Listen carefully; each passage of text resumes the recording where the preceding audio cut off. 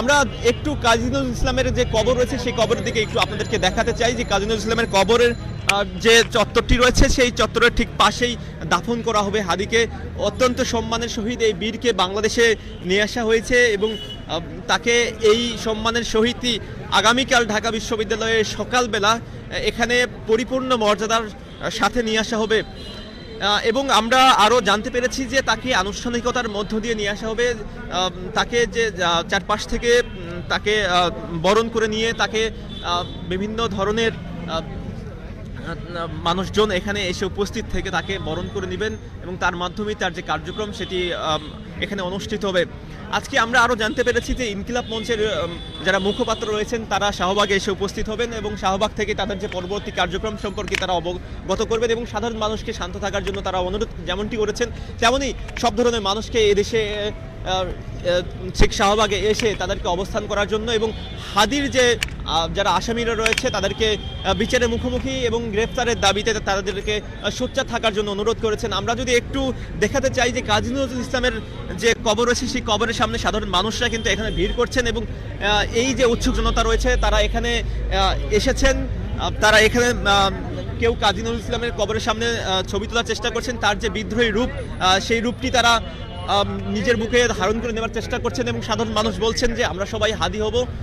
সামনে হাদির যে প্রচেষ্টা রয়েছে, হাদির যে আধিপত্য বিরোধী যে আন্দোলনটা রয়েছে সেই আধিপত্যবাদীদের বিরুদ্ধে আন্দোলনে তারা নিজেদেরকে সামিল করে নিতে চান, সেই অর্থে তারা এখানে এসেছেন। আমরা একটু কথা বলতে চাই সাধারণ মানুষের সাথে, তাদেরকে জানতে চাই যে তারা এখানে আসলে কেন এসেছেন। আপনি এখানে নিশ্চয়ই হাদির জন্য এসেছেন। হাদিরা বাংলার মানুষের হৃদয়ে কতদিন পর্যন্ত অবস্থান করবেন বলে আপনার ধারণা? ইনশাল্লাহ যতদিন বেঁচে আছে হাদি বীরের বেঁচে থাকবে আমাদের অন্তরে।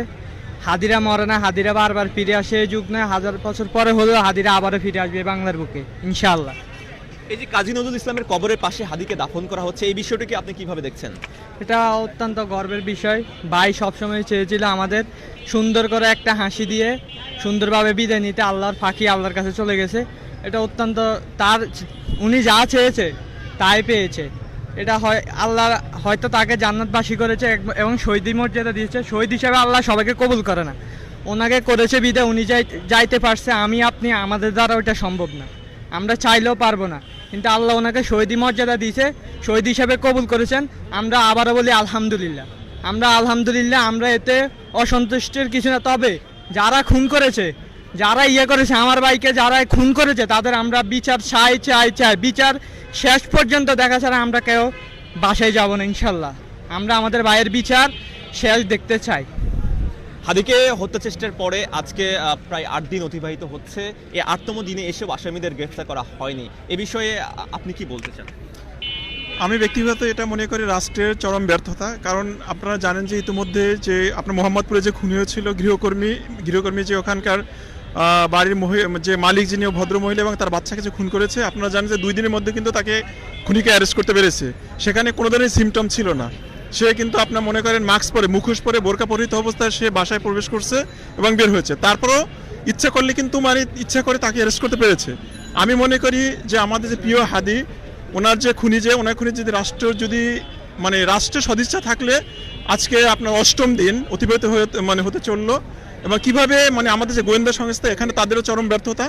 কারণ হচ্ছে আপনারা জানেন যে বিভিন্ন মিডিয়া বা আমরা পরবর্তী জানতে পেরেছি কিভাবে কোন রুট ব্যবহার করে তিনি খুনিরা পালিয়েছেন দেশ থেকে, কিন্তু আমাদের গোয়েন্দা সংস্থা এখান থেকে সম্পূর্ণ ব্যর্থতা পরিচয় দিয়েছেন। এটা কি আসলে ব্যর্থতা নাকি তাদের আসলে গাফিলতি, এটাই হচ্ছে আসলে প্রশ্ন। তো আমি মরহুম হাদি আমার ক্যাম্পাসের, আমি ঢাকা ইউনিভার্সিটি স্টুডেন্ট, আমার অনুজ আমার ছোট ভাই, আমি তার রুহের মাগফিরাত কামনা করছি।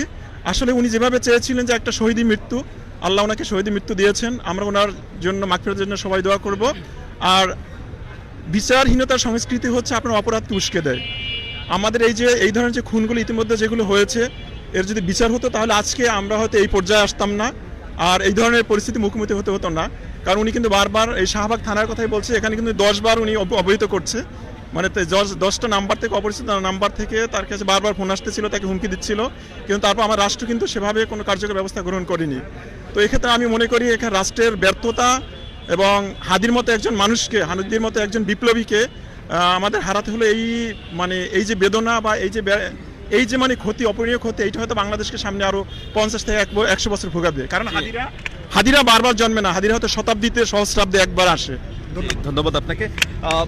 হাদিকে শহীদ করার পরে আজকে 8তম দিনে এখানে এসে উপস্থিত আমরা হয়েছি, কিন্তু এর পরেও কিন্তু হাদির আসামিদেরকে এখনো পর্যন্ত গ্রেফতার করা বা বিচারের মুখোমুখি করা সম্ভব হয়নি। সাধারণ মানুষের ভিতরে সেই ক্ষোভটি এখনো পর্যন্ত রয়ে গেছে। সাধারণ মানুষ চাচ্ছেন যে অনতিবিলম্বে যাতে হাদির যে আসামিরা রয়েছে তাদেরকে গ্রেফতারের মুখোমুখি করা হোক, সেই দাবিটি তারা এখন চালিয়ে যাচ্ছেন, সেই রাজপথে নেমে এসেছেন সেই দাবিতেই। দর্শক, কাজী নজরুল ইসলামের মাজারের সামনে থেকে এতক্ষণ আপনাদের সাথে যুক্ত ছিলাম। অসংখ্য ধন্যবাদ আমাদের সাথে এতক্ষণ যুক্ত থাকবার জন্য।